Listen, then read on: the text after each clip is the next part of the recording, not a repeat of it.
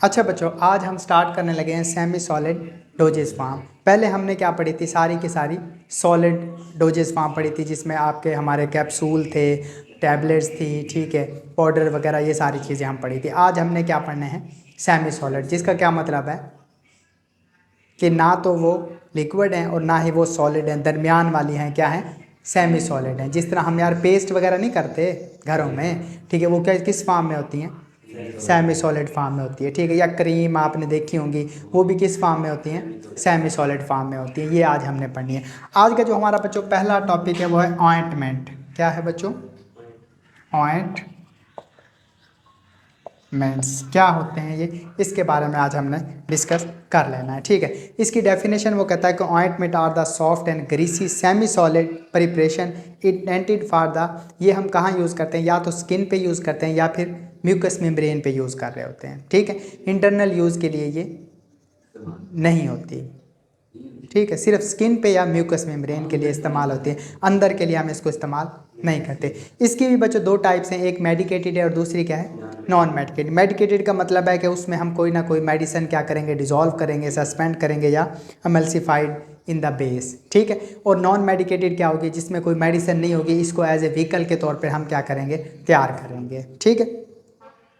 अच्छा, उसके बाद इसमें अमोलेंट या प्रोटेक्टिव एक्शन के तौर पे हम स्किन के लिए जो नॉन मेडिकेटेड है उसको इस्तेमाल कर रही होती है, ठीक है। स्किन प्रोटेक्शन के लिए आपने अक्सर देखा होगा कि खिलाड़ी हजरात क्या करते हैं, वो स्किन ब्लॉकर लगा लेते हैं, ठीक है, क्योंकि सारा दिन उन्होंने धूप में खड़ा होना होता है, तो उसके लिए वो फिर क्या कर रहे होते हैं, ये स्किन प्रोटेक्शन के लिए कोई चीज़ इस्तेमाल कर रहे होते हैं, ठीक है।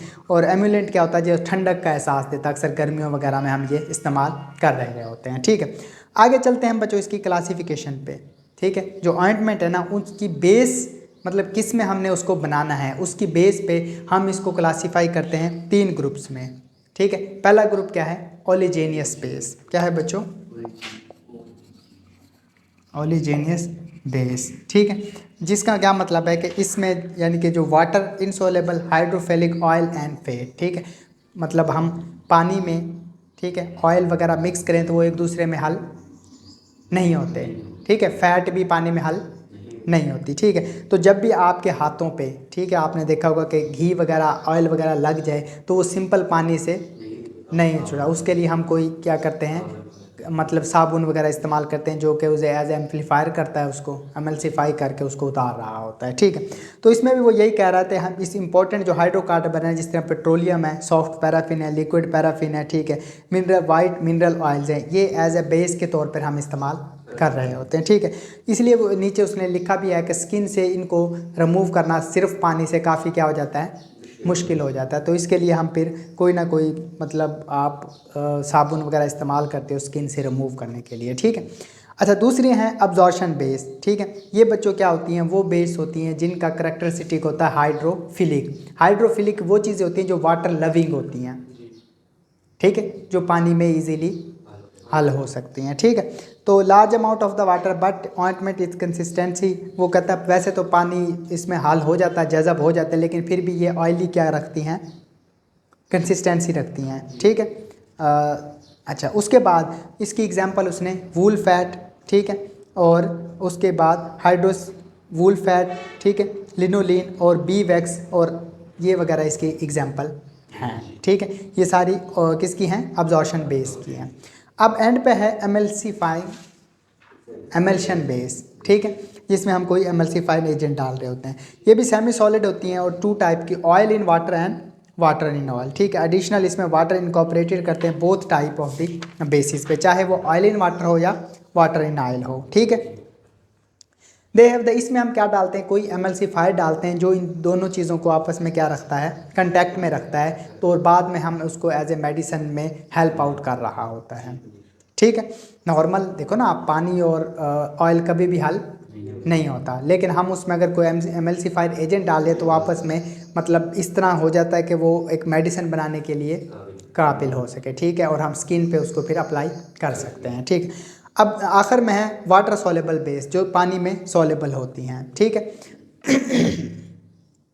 अब ये जो भी चीज़ें सारी की सारी अगर पानी में सॉलेबल हो जाएं तो वो ग्रीसी नहीं होंगी, ठीक है, वो ग्रीस लेस होंगी और वाटर वाशेबल होंगी, पानी के से हम उसको इजीली क्या कर सकते हैं, धो सकते हैं। इसकी एग्जांपल वो दे रहा है पॉलीथीन ग्लाइकोल, कार्बोवैक्स, ठीक है, और सब्सटेंस जो वाटर बेस में ट्राइकेंथ है, जेलेटिन है, पैक्टिन है, सेलुलोज डेरिवेटिव है, ये सारे के सारे हम वाटर बेस जो ऑइंटमेंट होती है ना, वाटर सॉल्युबल बेस, उनके लिए हम क्या कर रहे होते हैं, इस्तेमाल कर रहे होते हैं। ठीक है, other additive in the ointment, जैसे हम फॉर एग्जांपल हमने टैबलेट बनाई थी, ठीक है, सिरप बनाया था, तो हम जाहिर सी बात है मेडिसिन और व्हीकल के अलावा भी उसमें काफ़ी सारी चीज़ें ऐड कर रहे हो। तो जैसे कि हम इसमें प्रिजर्वेटिव डालेंगे, जाहिर सी बात है कि जिस भी चीज़ में वाटर के कंटेंट क्या होंगे, ज़्यादा होंगे वहाँ माइक्रोबल ग्रोथ के चांसेस क्या होंगे, ज़्यादा होंगे। तो इसलिए हम इसमें कोई ना कोई प्रिजर्वेटिव लाजमी ऐड करेंगे। ठीक है, कौन कौन से ऐड करेंगे, इसमें मिथाइल पैराबीन है, ठीक है, प्रोपाइल पैराबीन है, बेंजोइक एसिड है, ठीक है,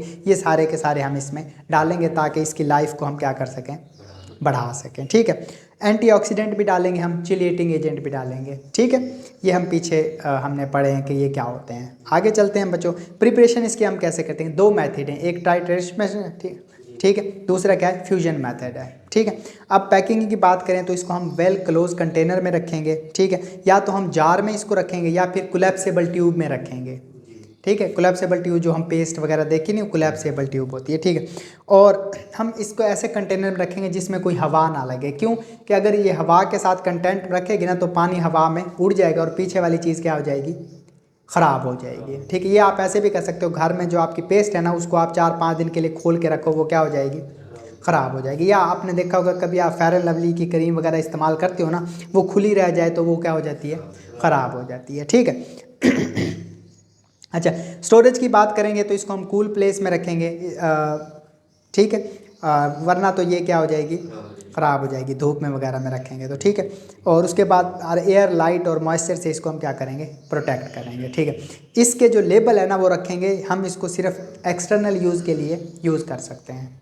ठीक है, ये आपने लाजमी लिखना है।